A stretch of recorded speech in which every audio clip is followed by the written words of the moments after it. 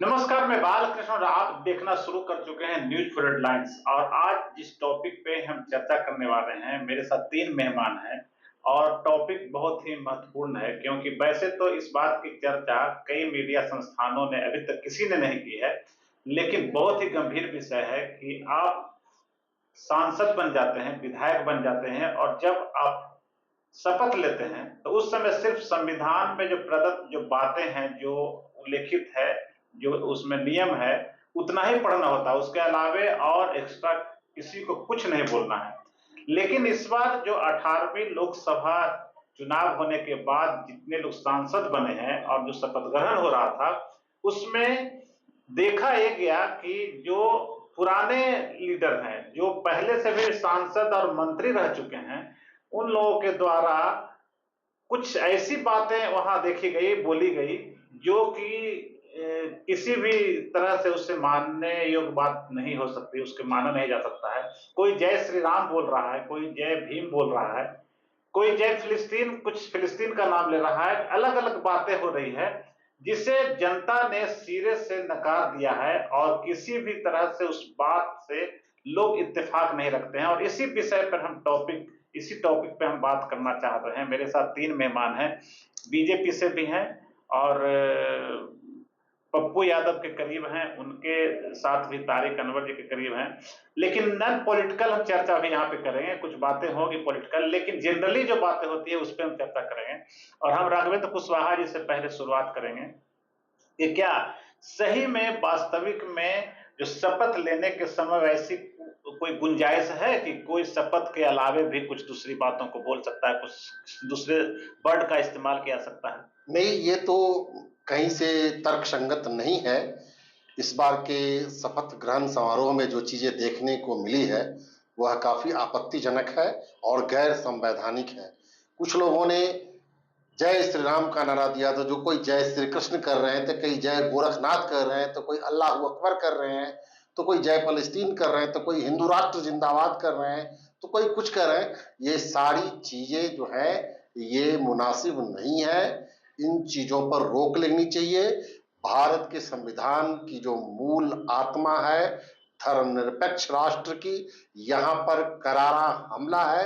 हम इन सांसदों द्वारा लिए गए शपथ ग्रहण समारोह में जो नारे लगाए गए हैं, मैं उनकी तीव्र निंदा करता हूं और ऐसे सांसदों पर शोकॉज का नोटिस लोकसभा के अध्यक्ष को देना चाहिए कि उन्होंने किस नियम के तहत इस तरह के आपत्तिजनक नारे लगाए हैं, जो संविधान की मूल आत्मा धर्मनिरपेक्षता के सिद्धांत को तार तार किया है। यह कहीं से उचित नहीं है। यह देश के संविधान के साथ भद्दा मजाक है।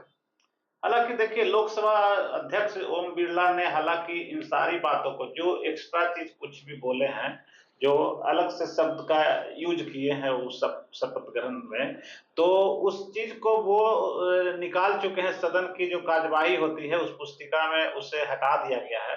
लेकिन सबसे बड़ी बात है और गंभीर बात यह है कि आखिर जो सांसद पहले से भी सांसद रह चुके हैं, कोई मंत्री भी रह चुका है, अच्छे पोस्ट पे रह चुके हैं, कोई अपने दल का सर्वोच्च लीडर है, राष्ट्रीय अध्यक्ष है, और अगर उनके द्वारा अगर इस तरह की हरकत अगर की जाती है, अगर इस तरह की बातें बोली जाती है, तो समझिए इस बार कई नए सांसद हैं जो नौजवान हैं, बहुत कम उम्र में सांसद बने हैं, तो उन्हें क्या सीख मिलेगी?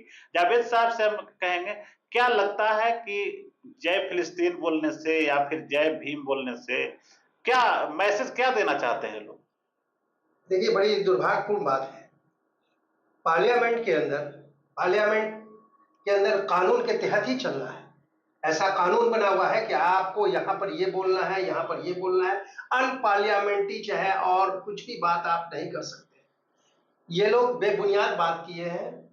कोई अल्लाह अकबर कह रहा है, कोई जय श्री राम कह रहा है, कोई जय फिलिस्तीन कह रहा है, जय भीम कह रहा है। ये सब एक छोटापन इसमें नजर आया। इस बार की पार्लियामेंट में ओथ लेते हुए छोटापन नजर आया।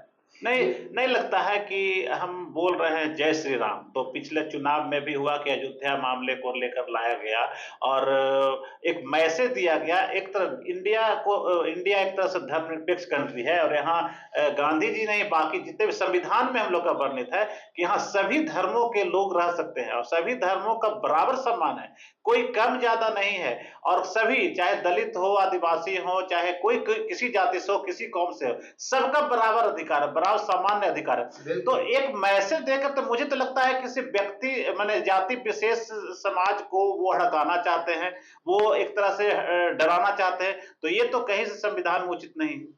देखिए पार्लियामेंट के अंदर जहां तक कानून के तहत ही चलना है और इन लोगों ने जिसने भी ये आवाज उठाई है इस पर स्पीकर को चाहिए कि इन पर एक्शन ले और कानूनी कार्रवाई करें। नहीं तो स्पीकर टाइट हैं, लेकिन वो तो सिर्फ उस शब्द को निकाले हैं, कार्यवाही से शब्द को निकाले हैं, तो इतना दंड तो काफी तो नहीं है। नहीं, केवल जय फलस्तीन निकाल देने से तो नहीं होगा।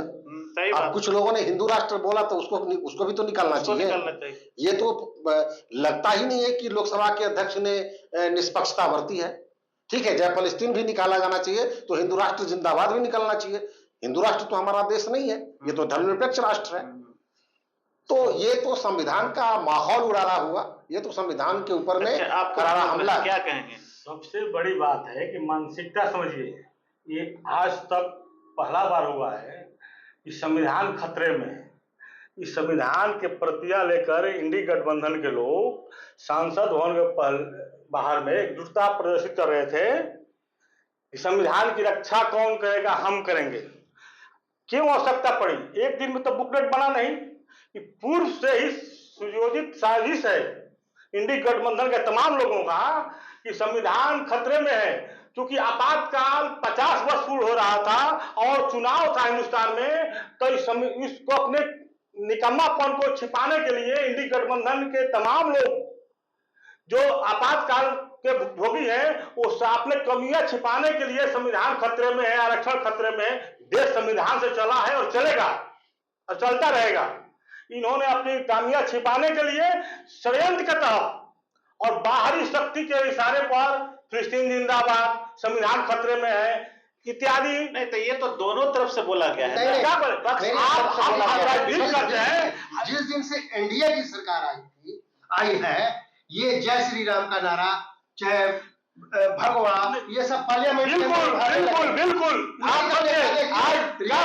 आज क्या हुआ? आज देश को सोचने की बात है। देश दो खेमे में बटे हुए, तमाम हिंदुस्तान के सनातनियों को सोचना पड़ेगा कि आपके साथ क्या हो रहा है। ठीक है, ओवैसी साहब बोले जय फिलिस्तीन, सनातन धर्म पर डायरेक्ट चोट है। आप फिलिस्तीन पर जो घटना हुआ, फिलिस्तीन के जय फिलिस्तीन बोल रहे हैं।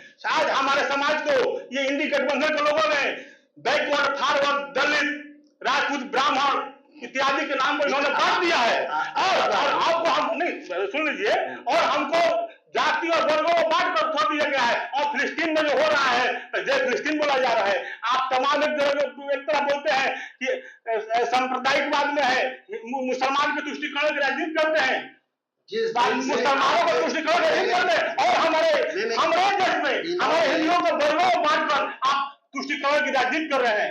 सोचना पड़ेगा। तमाम एनडीए ने ही सिखाया है, एनडीए ने ही सिखाया भाई साहब। ऐसा है कि जिस दिन से एनडीए की सरकार बनी, जय श्री राम, मंदिर, मस्जिद, गाय, यही नारा लग रहा है। आज जो 14 से नरेंद्र मोदी की सरकार है, इसके पहले क्या थी? कुछ नहीं हुआ।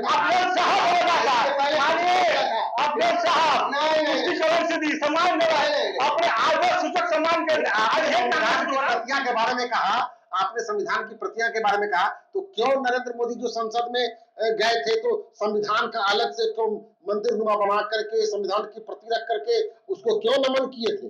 आपने तो संविधान का लेकर के शपथ लेने की बात कही, तो ये तो परंपरा रही है इस देश में कि कोई आदमी कोर्ट में जाता है तो गीता, कुरान, इस सब को हाथ में लेकर के शपथ लेता है। तो अगर कोई इंडिया गठबंधन का लोग संविधान की प्रति लेकर के शपथ ले रहा तो और अच्छी बात है, वो संवैधानिक बात कर रहा है।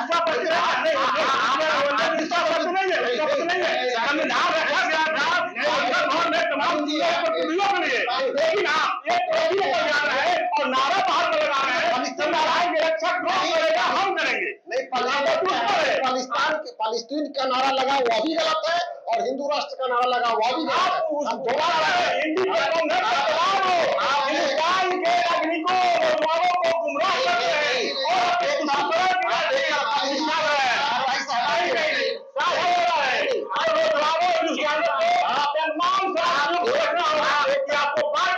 आपको शोषण किया जा रहा है और ये तमाम तुष्टिकरण जोर से बोलने से कुछ नहीं होगा। जोर से बोलने से क्या होगा? आप एक तरफ हमारे फिलिस्तीन को हटाए हैं और बात को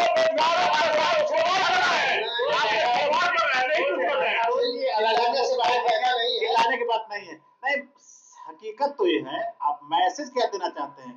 जो पहली बार सांसद बन के आए हैं उन्हें आप जैसे पुराने जो सांसद हैं जो 20 साल 25 साल से सांसद बन रहे हैं वो उनके पास जो तजुर्बा है जानकारी है, नए सांसद को वो दिखना चाहिए था वहां सांसद में। सुनिए, लेकिन पहले जो आप कांग्रेस के राष्ट्रीय अध्यक्ष सोनिया गांधी जी के साथ सारे इंडी गठबंधन के नेता जब ये दुष्टता दिखा रहे हैं कि संविधान की रक्षा कौन करेगा, हम करेंगे। संविधान किसी व्यक्ति को रक्षा करने के लिए है, ये देश रक्षा करेगा। संविधान से देश चला है, चल रहा है और चलेगा। कहाँ चल रहा है? कहाँ चल रहा है? आपका चुनाव होगा,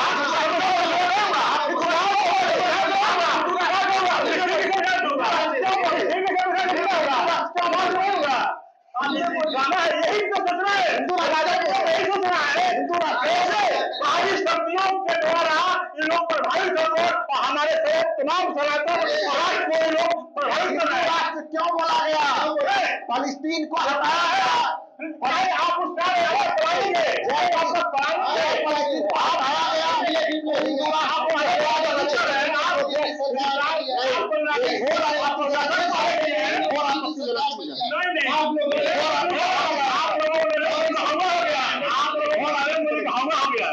ठीक है, आप लोग ठीक बात याद तो कर रहे हैं। चुनाव जब होना था उस समय अगर इस तरह की बातें करके जनता को ठीक है आप अपनी तरफ आकर्षित कर रहे थे, लेकिन अब तो सब कुछ बीत गया।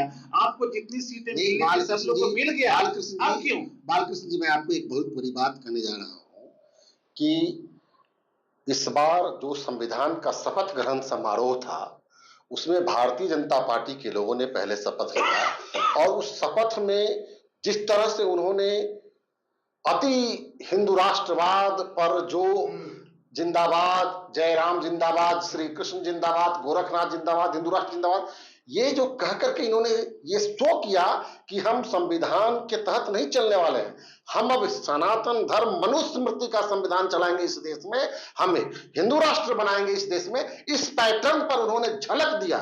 ये झलक है उनकी।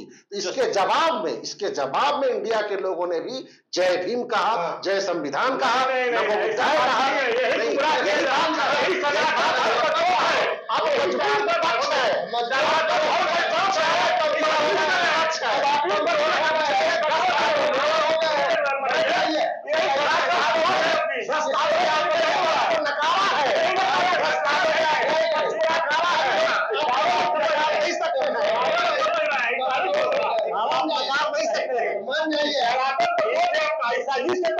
हमारे तमाम सनातन सनातनियों को गुमराह किया जा रहा है। कुछ भी है सनातन की पार्लियामेंट के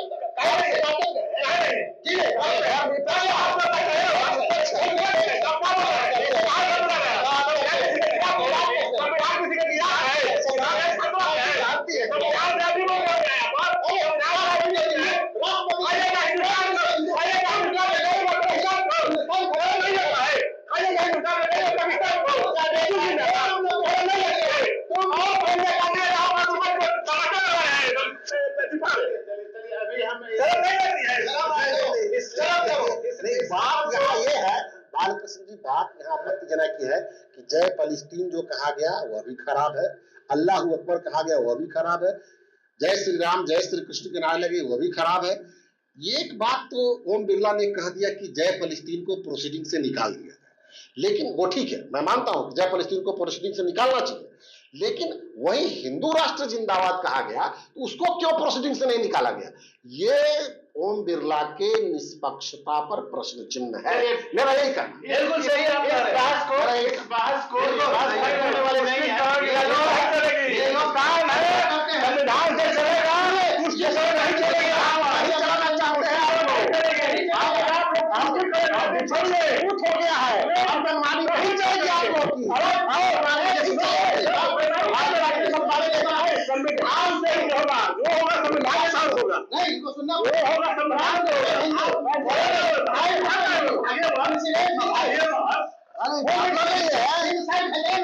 खतरे में कहाँ खतरे में हिंदुस्तान का है, पाकिस्तान का, चीन का। पास यही है। आप लोग हिंदुस्तान पाकिस्तान आप लोग इसे इजाजत चाहते हैं, आप मत बोलिए। लेकिन हम सिर्फ इतना ही कहेंगे कि ये बहस कभी खत्म होने वाली नहीं है। दोनों अपनी अपनी बातों पर अडिग हैं। लेकिन हम उस दूसरी तरफ भी आपका ध्यान आकृष्ट कराएंगे कि बिहार की ही एक सांसद बनी है जो बहुत कम उम्र की है। वो बगैर देखे हुए, बगैर पेज देखे हुए खुद अपने मन से उसको जो पढ़ना था शपथ वो पढ़ दी। और कई ऐसे हैं जो कि अपने अपने राष्ट्रभाषा में भी पढ़ी, अपने जो क्षेत्रीय भाषा में पढ़ी। नौजवान जो कम उम्र की है और पहली बार संसद में गई, उन लोगों ने एक अलग मैसेज दिया कि हम लोग नौजवान। उसने कोई भी आपत्तिजनक नारे भी नहीं लगाए। तो इसके लिए हम लोग को धन्यवाद उन्हें शुभकामना सांसदों को धन्यवाद।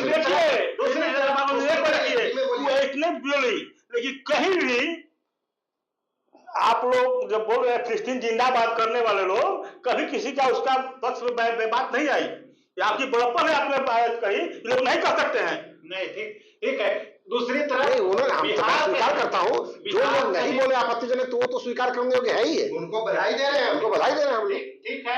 तभी के गठबंधन की दूसरी तरफ बिहार में ही पप्पू यादव जो नीट प्रकरण हुआ, उसमें वो फिर से उन बच्चों को न्याय दिलाने के सवाल पे उन्होंने अपने टी शर्ट पर री नीट का एक मैसेज देने की कोशिश की।